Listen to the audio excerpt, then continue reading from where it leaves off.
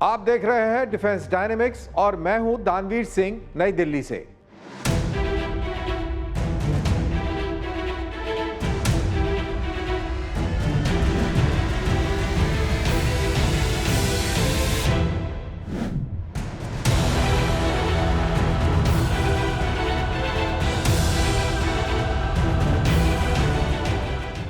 Defence dynamics के इस episode में हम करीब से देखेंगे कि कैसे वॉरफेयर के फंडामेंटल्स को रियल टाइम में दोबारा से लिखा जा रहा है।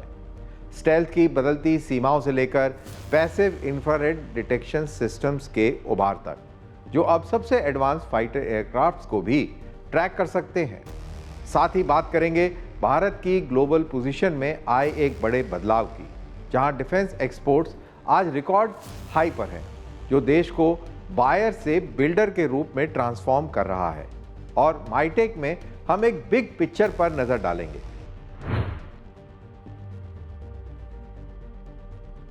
दशकों से एयर कॉम्बैट में स्टेल्थ को अल्टीमेट शील्ड माना गया है। एयरक्राफ्ट को कुछ इस तरह डिजाइन किया जाता था ताकि वो रडार की नजरों से ओझल रहें, आसमान में अपना दबदबा बनाएं और बिना किसी चेतावनी के हमला कर सकें। लेकिन क्या होगा अगर युद्ध का मैदान बदल जाए? हालिया डेवलपमेंट्स इशारे करते हैं कि अब शायद सबसे एडवांस टेस्ट प्लेटफॉर्म्स भी पूरी तरह से इनविजिबल नहीं रह गए।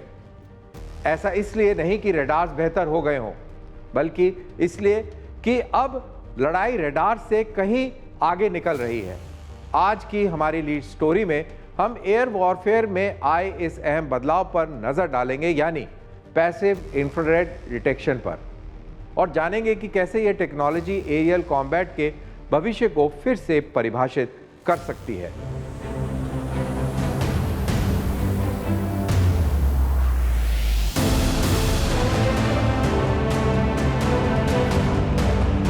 आधुनिक एयर पावर में सबसे बड़ी धारणा कि स्टेल्थ ही सर्वाइवेबिलिटी की गारंटी है, अब सवालों के घेरे में है। ईरान के ऊपर चल रहे मौजूदा कॉन्फ्रंटेशन में आ रही रिपोर्ट संकेत देती हैं कि एक F-35 लाइटनिंग II को उसके लो रडार सिग्नेचर के बावजूद ट्रैक किया गया और एंगेज किया गया। हालांकि आधिकारिक पुष्टि को लेकर सावधानी बरती जा रही है, लेकिन जिस बात ने पूरी दुनिया का ध्यान खींचा है वो है कि आखिर ऐसा हुआ कैसे। शुरुआती असेसमेंट इशारे करते हैं कि ईरान का एयर डिफेंस नेटवर्क शायद रडार पर नहीं बल्कि पैसिव डिटेक्शन सिस्टम, विशेष रूप से इंफ्रारेड ट्रैकिंग पर निर्भर था। ये एक क्रिटिकल शिफ्ट है क्योंकि F-35 को रडार को मात देने के लिए ही इंजीनियर किया गया है। इसका शेप, कोटिंग और इलेक्ट्रॉनिक वॉरफेयर सूट, सब कुछ इसके रडार क्रॉस सेक्शन को कम करने के लिए डिजाइन किया गया है।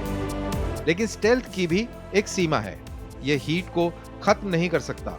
और ईरान जैसे हाई थ्रेट एनवायरनमेंट में, जहां लेयर्ड एयर डिफेंस सिस्टम में मिसाइल्स, ऑप्टिकल ट्रैकर्स और डिस्ट्रीब्यूटेड सेंसर शामिल हैं, वहां थर्मल सिग्नेचर का जरा सा दिखना भी मिसाइल एंगेजमेंट के लिए काफी हो सकता है। अगर ये रिपोर्ट सटीक हैं, तो यह सिर्फ एक टेक्टिकल इंसिडेंट नहीं बल्कि ये डॉक्ट्रिनल सिग्नल है कि रडार सेंट्रिक स्टेल्थ डोमिनेंस का युग अब मल्टी स्पेक्ट्रम डिटेक्शन वॉरफेयर से चुनौती पा रहा है। दशकों से स्टेल्थ एयरक्राफ्ट रडार्स की पकड़ से बाहर रहकर डिटेक्शन से बचते आए हैं। अब सवाल यह है कि क्या होगा जब युद्ध का मैदान अब सिर्फ रडार पर ही निर्भर नहीं रहेगा। इस शिफ्ट को समझने के लिए हमें खुद इस टेक्नोलॉजी को समझना होगा। तो आइए समझने की कोशिश करते हैं कि पैसिव इंफ्रारेड डिटेक्शन सिस्टम क्या है। तो इसको समझने से पहले अपना ध्यान आप इस पर लेके जाइए, इन तस्वीरों पर। तो ये तस्वीरें 4 हैं, जिसके अंदर एक जहाज के 4 प्रोफाइल को दिखाया गया है। अगर आप यहाँ से शुरू करते हैं तो ये रियर व्यू है, ये साइड व्यू है, और इसी तरीके से ये टॉप व्यू है और ये बॉटम व्यू है, यानी कि नीचे से जहाज को देखा जा रहा है। तो इसमें आप क्या देख रहे हैं? इसमें आप देख रहे हैं कुछ पीले, लाल और ऑरेंज कलर के लाइनें और कुछ एक बनावट। तो ये क्या है? ये दरअसल इंफ्रारेड है, जो कि विमान के उड़ने से जो हीट पैदा होती है उससे ये आकार मिल रहा है। इसमें आप बड़ी आसानी से इंजन का भी पता लगा सकते हैं, कॉकपिट का भी अंदाज़ा लगा सकते हैं और एयरक्राफ्ट की पूरी बनावट को समझ सकते हैं। और यही है इंफ्रारेड डिटेक्शन टेक्निक। तो आइए समझते हैं कि पैसिव इंफ्रारेड डिटेक्शन सिस्टम काम कैसे करता है, किन सिद्धांतों को वो पकड़ता है। तो ये स्लाइड है। सबसे पहला पॉइंट है इंजन का एग्जॉस्ट। जो जेट इंजन है उसका एग्जॉस्ट, और उस एग्जॉस्ट से निकलती हैं गर्म हवाएं। हीट सिग्नेचर, सबसे बड़ा हीट सिग्नेचर जो पैदा होता है किसी जहाज के अंदर, वो इंजन के एग्जॉस्ट से ही होता है। उसके बाद नेक्स्ट है एरोडायनेमिक हीटिंग, यानी कि तेज गति से जब जहाज हवा से गुजरता है तो हवा एयरक्राफ्ट के पूरे बॉडी के साथ रगड़ खाती है, फ्रिक्शन पैदा होता है और एक गर्मी पैदा होती है, ऊर्जा पैदा होती है, जिससे कि उसका पूरा एयर फ्रेम जो है हीट अप हो जाता है। तो वो है एरोडायनेमिक हीटिंग। उसके बाद है इलेक्ट्रॉनिक सिस्टम्स और ऑनबोर्ड पावर यूनिट्स की हीटिंग। जैसे कि हम मोबाइल का इस्तेमाल करते हैं, लैपटॉप्स का इस्तेमाल करते हैं, और हमने देखा है कि जब हम इनका इस्तेमाल लंबे समय तक करते हैं तो ये गर्म हो जाते हैं। इसी प्रकार एक जहाज़ के अंदर बहुत हाई कैपेसिटी वाले इलेक्ट्रॉनिक सिस्टम्स लगे होते हैं, और जब उनका इस्तेमाल होता है तो वो गर्म होते हैं और वो भी एक ऊर्जा देते हैं, जो कि इंफ्रारेड सीकर्स के लिए आसानी हो जाती है उनको पकड़ना। और जैसा मैंने पहले बताया एरोडायनेमिक हीटिंग, उसी तरीके से एयरक्राफ्ट की स्किन। एक फाइटर एयरक्राफ्ट जो स्टेल्थ है उसके ऊपर रेडार एब्जॉर्बेंट कोटिंग होती है। दो रेडार एब्जॉर्बेंट कोटिंग भी जब हवा से रगड़ खाती है तो वो गर्म होती है, और वही सिद्धांत यहाँ पर भी लागू हो जाता है। और ये भी ऊर्जा देती है, जो कि पैसिव इंफ्रारेड डिटेक्शन सिस्टम को आसानी होती है ऐसे सिचुएशन में जहाज को आइडेंटिफाई करना। तो ये IRST सिस्टम क्या है, इसको समझने की कोशिश करते हैं। सबसे पहला पॉइंट है कि लक्ष्य को बिना सूचित किए लंबी दूरी पर ये सिस्टम पहचान सकता है। दूसरा, रेडार से बच निकलने वाले लो ऑब्जर्वेबल फाइटर एयरक्राफ्ट को बड़ी आसानी से डिटेक्ट कर सकता है, ट्रैक कर सकता है। और तीसरा पॉइंट है इंफ्रारेड गाइडेड मिसाइल्स को बड़ी आसानी से इन विमानों के ऊपर निर्धारित कर सकता है, उनको एलोकेट कर सकता है, ट्रैक कर सकता है और डिस्ट्रॉय कर सकता है। और आखिरी पॉइंट इसका यह है कि, और जो सबसे महत्वपूर्ण वो है कि ये इलेक्ट्रॉनिक जैमिंग से प्रभावित नहीं होता, यानी कि दुश्मन इसको इलेक्ट्रॉनिक जैमिंग के तहत निष्क्रिय नहीं कर सकता, ये काम करता रहेगा। यानी कि स्टेल्थ फाइटर्स के लिए एक बहुत बड़ी चुनौती। तो infrared search and track system एक ऑपरेटर एंड पर किस तरीके से नज़र आता है, आइए उसको देखते हैं। ये ऑपरेटर एंड की एक तस्वीर है, ये स्क्रीन शॉट है जिसके अंदर हम एक जहाज़ को देख सकते हैं, उसका इंजन प्लूम देख सकते हैं, जो एग्जॉस्ट से इंजन की गैसेस निकल रही हैं। तो कितना स्ट्रॉन्ग सिग्नेचर ये दे रहे हैं, कितनी आसानी से ये डिटेक्ट हो पा रहा है। और साथ ही जो एरोडायनेमिक हीटिंग है, जो स्किन की हीटिंग है, उससे जो जहाज की शेप है, आकार है, वो भी नज़र आती है। तो आप बड़ी आसानी से इसको समझ सकते हैं कि जहाज़ में कॉकपिट कहाँ है, इसके विंग्स कहाँ हैं। तो ये एक IR इमेज है, और इस IR इमेज से जिस तरीके से ये एयरक्राफ्ट मूव करेगा तो ये अपना डेटा भी देगा, यानी कि किस डायरेक्शन में जा रहा है, किस स्पीड और एल्टीट्यूड पर ये उड़ रहा है, और इसके क्या लैटिट्यूड और लॉन्गिट्यूड है। तो इसकी सही स्थिति का आसानी से आकलन और प्लॉटिंग की जा सकती है। तो इस IRST सिस्टम के क्या एडवांटेजेस हैं, आइए समझते हैं। सबसे पहले आप इस स्लाइड में इस बॉक्स को देखिए। ये बॉक्स के अंदर एक IRST इमेज है, जिसके अंदर ये ग्रेटिक्यूल पैटर्न, और इस ग्रेटिक्यूल पैटर्न के बीचों बीच दुश्मन का जहाज, और इसको आइडेंटिफाई और ट्रैक कर रहा है IRST सिस्टम। तो इसके अब एडवांटेजेस के ऊपर नज़र डालते हैं। सबसे पहले और सबसे बड़ा एडवांटेज इसका है कि ये इलेक्ट्रॉनिक जैमिंग से प्रोटेक्टेड है, यानी कि दुश्मन इसको इलेक्ट्रॉनिकली जैम नहीं कर सकता। दूसरा पॉइंट है कि ये सिस्टम कोई भी रेडार की चेतावनी पायलट को नहीं देता, जो नॉर्मल तरीके में होता है कि रेडार से जब सिग्नल एयरक्राफ्ट को हिट करता है तो एयरक्राफ्ट को पता लग जाता है, पायलट को, कि दुश्मन का रेडार मुझे ट्रैक कर रहा है, और इस सिस्टम में इस तरीके की कोई भी चेतावनी पायलट के पास नहीं जाती।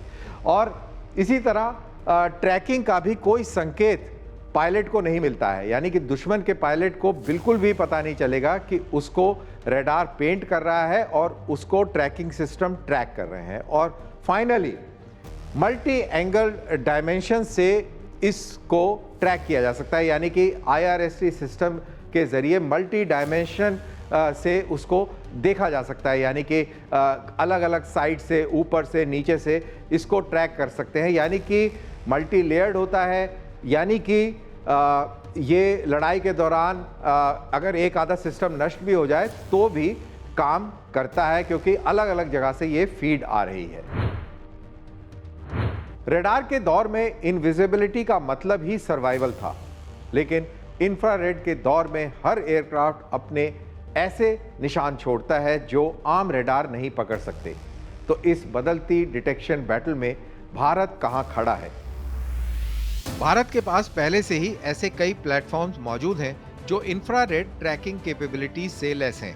सुखोई 30 MKI में OLS 30 IRST सिस्टम फिट किया गया है, जो इसे एयरबोर्न टारगेट्स को पैसिवली डिटेक्ट और ट्रैक करने की सलाहियत देता है। ये विशेष रूप से स्टेल्थ या लो RCS एयरक्राफ्ट के खिलाफ काफी उपयोगी है। दसों रफाल अपने फ्रंट सेक्टर ऑप्ट्रॉनिक्स यानी OSF के साथ एक कदम और आगे जाता है। ये एक एडवांस्ड इलेक्ट्रो ऑप्टिकल सिस्टम है जो लॉन्ग रेंज डिटेक्शन और आइडेंटिफिकेशन के लिए इंफ्रारेड और टीवी सेंसर्स को कंबाइन करता है। भारत का स्वदेशी तेजस भी इस डोमेन में विकसित हो रहा है। भविष्य के अपग्रेड्स में advanced electro optical targeting systems और IR सेंसर्स को इंटीग्रेट करने की उम्मीद है, जिससे बियॉन्ड विजुअल रेंज अवेयरनेस में और बढ़ोतरी होगी।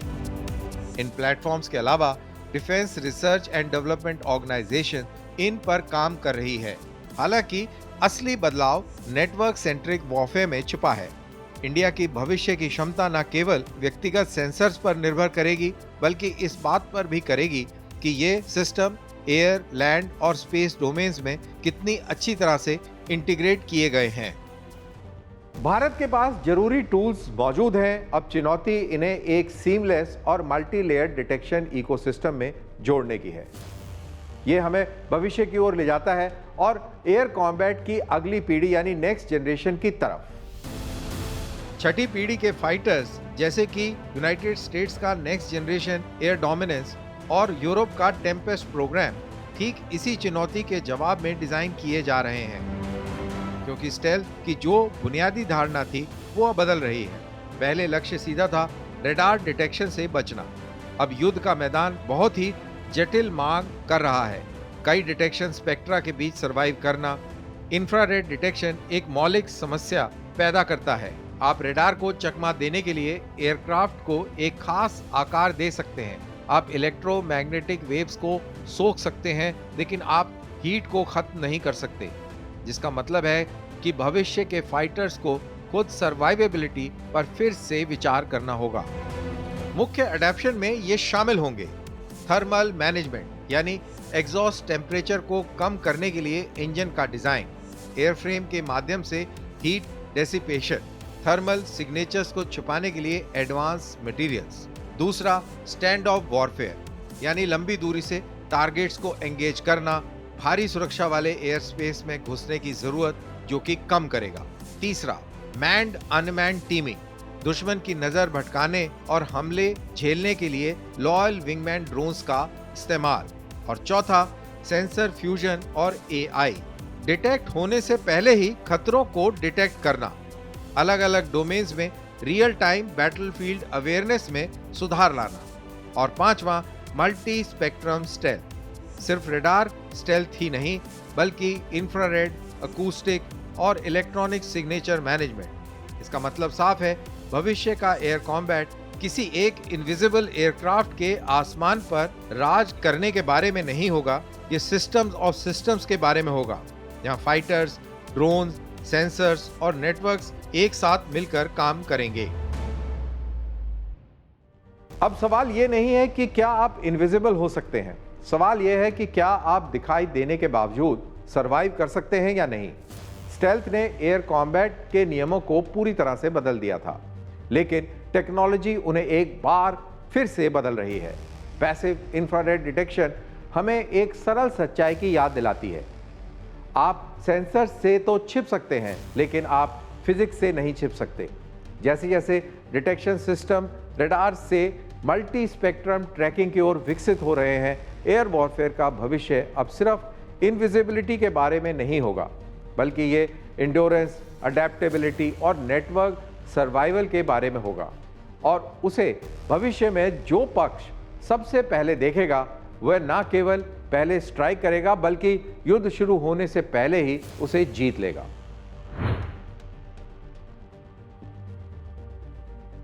दशकों से भारत वैश्विक हथियारों के बाजार में दूसरी तरफ खड़ा था, इसके सबसे बड़े इंपोर्टर्स में से एक के रूप में। एक ऐसा देश जो खुद को सुरक्षित रखने के लिए फॉरेन प्लेटफॉर्म्स, फॉरेन टेक्नोलॉजी और फॉरेन सप्लाई चेन्स पर निर्भर था। लेकिन वह पहचान अब एक गहरे बदलाव से गुजर रही है, क्योंकि भारत अब सिर्फ हथियार खरीद नहीं रहा, वो उन्हें बना भी रहा है और तेजी से दुनिया को एक्सपोर्ट भी कर रहा है। आज हम ऐसे ही बदलाव को ट्रैक कर रहे हैं, जो न केवल आर्थिक है बल्कि स्ट्रेटेजिक भी है। एक डिफेंस एक्सपोर्टर के रूप में इंडिया का उदय।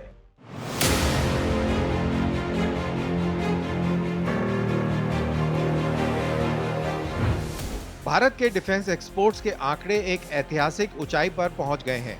मिनिस्ट्री ऑफ डिफेंस के डेटा के अनुसार 2025-26 में एक्सपोर्ट्स 38,424 करोड़ रुपए तक पहुंच गया, जो अब तक का सबसे बड़ा रिकॉर्ड है।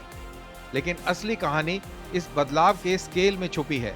एक दशक से भी कम समय पहले 2016-17 में भारत का डिफेंस एक्सपोर्ट सिर्फ 1,522 करोड़ रुपए का था। आज वो आंकड़ा लगभग 25 गुना बढ़ गया है। ये कोई अचानक आया उछाल नहीं है, ये एक स्टडी स्ट्रक्चरल राइज है। एक्सपोर्ट्स ने सबसे पहले 2018-2019 में 10,000 करोड़ रुपए का आंकड़ा पार किया था। कोरोना के पैंडेमिक के वर्षों के दौरान इसमें थोड़ी सुस्ती आई थी, क्योंकि ग्लोबल सप्लाई चेन्स बाधित हुई थी। लेकिन 2021 के बाद से ये ग्राफ तेजी से ऊपर की ओर मुड़ा है। महज 2 वर्षों में, यानी 2023-2024 के 21,083 करोड़ रुपए से 2025-2026 में 38,424 करोड़ रुपए तक। ये सिर्फ इंक्रीमेंटल ग्रोथ नहीं है, ये एक्सेलरेशन है। ये एक स्पष्ट वास्तविकता को दर्शाता है कि भारतीय डिफेंस प्रोडक्ट्स की ग्लोबल डिमांड बढ़ रही है और बहुत तेजी से बढ़ रही है। भारत के डिफेंस एक्सपोर्ट्स का पैटर्न एक समान रूप से महत्वपूर्ण कहानी बयान करता है। ये कोई बिखरा हुआ या रैंडम मार्केट नहीं है, ये कॉन्सेंट्रेटेड है और स्ट्रेटेजिक भी है। म्यांमार सबसे बड़े खरीदार के रूप में उभरा है, जिसकी हिस्सेदारी कुल एक्सपोर्ट्स में लगभग 28% है। इसके बाद फिलीपींस 19% पर और आर्मेनिया 15% पर। साथ मिलकर ये तीनों देश भारत के डिफेंस एक्सपोर्ट्स के 60% से अधिक हिस्से के लिए जिम्मेदार हैं। श्रीलंका, मॉरिशस और सेशल्स जैसे देश इसमें प्रमुखता से शामिल हैं। यही हाल वियतनाम का भी है, जो एक महत्वपूर्ण इंडो पैसिफिक पार्टनर है। यहाँ तक कि छोटे राष्ट्र भी मालदीव्स, बांग्लादेश, मोरक्को इस विस्तार करते नेटवर्क का हिस्सा है। ये सिर्फ व्यापार नहीं है, ये कैलिब्रेटेड स्ट्रेटेजिक आउटरीच है। भारत का एक्सपोर्ट स्ट्रक्चर हमें बताता है कि इसकी असली ताकत कहाँ है। इस लिस्ट में सबसे ऊपर भारी बढ़त के साथ नेवल प्लेटफॉर्म्स हैं। कुल एक्सपोर्ट्स में जहाजों की हिस्सेदारी 55% की है। इसमें शामिल हैं offshore patrol vessels, fast interceptor boats, coastal security ships. ये शिप बिल्डिंग और मैरीटाइम सिक्योरिटी सॉल्यूशंस में भारत की बढ़ती विशेषता को दर्शाता है, विशेष रूप से आइलैंड्स और तटीय देशों के लिए। लेकिन एक्सपोर्ट बास्केट केवल जहाजों तक सीमित नहीं है, ये लगातार डाइवर्सिफाई हो रही है। आर्टिलरी सिस्टम्स की हिस्सेदारी लगभग 13% की है। मिसाइल्स, जिनमें ब्रह्मोस मिसाइल जैसे सिस्टम्स शामिल हैं, लगभग 12% का योगदान देते हैं। सेंसर्स और सर्वेलेंस सिस्टम्स की बात करें, जो आधुनिक युद्ध के लिए महत्वपूर्ण है, 9% हिस्सा बनते हैं। एयरक्राफ्ट्स और एविएशन सिस्टम्स अन्य 6% जोड़ते हैं, जबकि एयर डिफेंस सिस्टम्स का योगदान 5% से कुछ ज्यादा है। भले ही कुछ श्रेणियां अभी छोटी हैं, लेकिन दिशा स्पष्ट है। भारतीय प्लेटफॉर्म्स एक्सपोर्ट्स करने से लेकर पूरी क्षमताएं एक्सपोर्ट करने के लिए बढ़ रहे हैं, हार्डवेयर से लेकर इंटीग्रेटेड डिफेंस सॉल्यूशन तक। भारत की डिफेंस एक्सपोर्ट की कहानी सिर्फ आंकड़ों के बारे में नहीं है, ये बदलाव यानी ट्रांसफॉर्मेशन के बारे में है। 1500 करोड़ रुपए से 38,000 करोड़ रुपए से अधिक तक, ये स्केल और कॉन्फिडेंस दोनों में एक बड़ा बदलाव है। लेकिन असली महत्व इसमें है कि ये एक्सपोर्ट्स किस बात का प्रतिनिधित्व करते हैं। हर डिलीवरी किया गया शिप, हर डिप्लॉयड मिसाइल सिस्टम, हर इंस्टॉल किया गया रडार भारत की स्ट्रेटेजिक रीच को उसकी सीमाओं से परे ले जाता है। क्योंकि आज की दुनिया में डिफेंस एक्सपोर्ट करना सिर्फ बिजनेस नहीं, ये बैलेंस ऑफ पावर को आकार देने का एक तरीका भी है। और भारत अब मजबूती से इस खेल का हिस्सा है। युद्ध का मैदान बदल रहा है और ये उससे कहीं ज्यादा तेजी से बदल रहा है, जिसकी उम्मीद ज्यादातर सेनाओं ने नहीं की थी। दशकों तक सैन्य शक्ति का मतलब था प्लेटफॉर्म्स की श्रेष्ठता, यानी और भी एडवांस्ड एयरक्राफ्ट, ज्यादा प्रिसाइज मिसाइल्स और महंगे सिस्टम्स। लेकिन अब ये समीकरण बदल रहा है, क्योंकि आज बढ़त अब अपने आप उस सेना के पास नहीं रहती जो सबसे आधुनिक है, बल्कि ये बढ़त अब उसके पास है जो खुद को ढाल सकता है, अपनी शक्ति बढ़ा सकता है और लंबे समय तक टिक सकता है। आर्टिलरी, आर्मर और एयर डिफेंस सिस्टम्स के दबदबे वाले इस युद्ध में छोटे और लो कॉस्ट ड्रोन्स ने पूरे युद्ध का नज़ारा बदलना शुरू कर दिया है। कमर्शियल ग्रेड सिस्टम्स को मॉडिफाई और हथियारबंद करके बड़ी संख्या में तैनात किया गया और इन्होंने टैंक्स, सप्लाई लाइन, यहाँ तक कि high and air defence units को निशाना बनाना शुरू किया, जिससे कभी युद्ध के मैदान में एक मामूली अड़चन माना जाता था, वह तेजी से एक रणनीतिक यानी स्ट्रेटेजिक हथियार और स्ट्रेटेजिक टूल बन के उभरा है। क्योंकि यूक्रेन ने एक सरल लेकिन शक्तिशाली विचार पेश किया। आपको एक महंगे सिस्टम को नष्ट करने के लिए हमेशा एक महंगा सिस्टम नहीं चाहिए होता। एक अपेक्षाकृत सस्ता ड्रोन लाखों की कीमत वाले उपकरणों को बेकार या नष्ट बड़ी आसानी से कर देता है। और अचानक युद्ध का मैदान केवल फायर पावर के बारे में नहीं रह गया, ये कॉस्ट इफेक्टिवनेस के बारे में बन गया है। अगर यूक्रेन एक चेतावनी थी, तो ईरान उस सिद्धांत यानी डॉक्ट्रिन का प्रतिनिधित्व करता है। ईरान ने इस कॉन्सेप्ट को लिया और उसे एक सोची समझी रणनीति में बदल दिया। केवल हाई एंड सिस्टम्स पर निर्भर रहने के बजाय उसने low cost mass produced drones में भारी निवेश किया। इन्हें व्यक्तिगत रूप से निर्णायक होने के लिए डिज़ाइन नहीं किया गया है, इन्हें बड़ी संख्या में काम करने के लिए डिज़ाइन किया गया है। दुश्मन पर हावी होने के लिए, उसे घेरने के लिए और उसे थकाने के लिए, और सबसे महत्वपूर्ण, दुश्मन के सामने कॉस्ट डायलेमा पैदा करने के लिए। क्योंकि हर बार जब एक कम लागत वाला ड्रोन रोका जाता है, तो डिफेंडर अक्सर कहीं ज़्यादा महंगी मिसाइल का इस्तेमाल करता है। कुछ $1000 का ड्रोन लाखों के इंटरसेप्टर्स वाले सिस्टम से टकराता है, और ये केवल एक तकनीकी मुकाबला नहीं है, ये एक इकोनॉमिक इम्बैलेंस है जो युद्ध के मैदान का हिस्सा बन चुका है। तो इस पूरे का अंतिम निष्कर्ष अगर निकाला जाए, तो युद्ध के मैदान की परिभाषा अब इस बात से तय नहीं होती कि किसके पास सबसे अच्छे हथियार हैं। ये बात इस चीज से तय होगी कि कौन लंबे समय तक लड़ सकता है, कौन तेजी से ढल सकता है और कौन समझदारी से लागत का दबाव ढाल सकता है।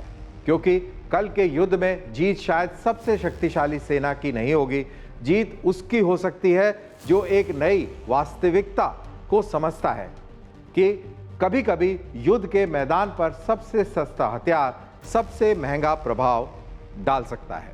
टेक्नोलॉजी अनप्रेसिडेंटेड पेस से युद्ध के तौर तरीकों को बदल रही है।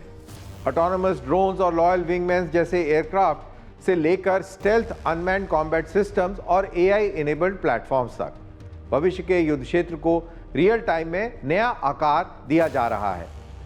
तो इसी के साथ आज के इस एपिसोड में बस इतना ही। अगले हफ्ते फिर मुलाकात होगी नई डिफेंस स्टोरीज और उनके एनालिसिस के साथ। तब तक के लिए आप दीजिए मुझे इजाजत। जय हिंद।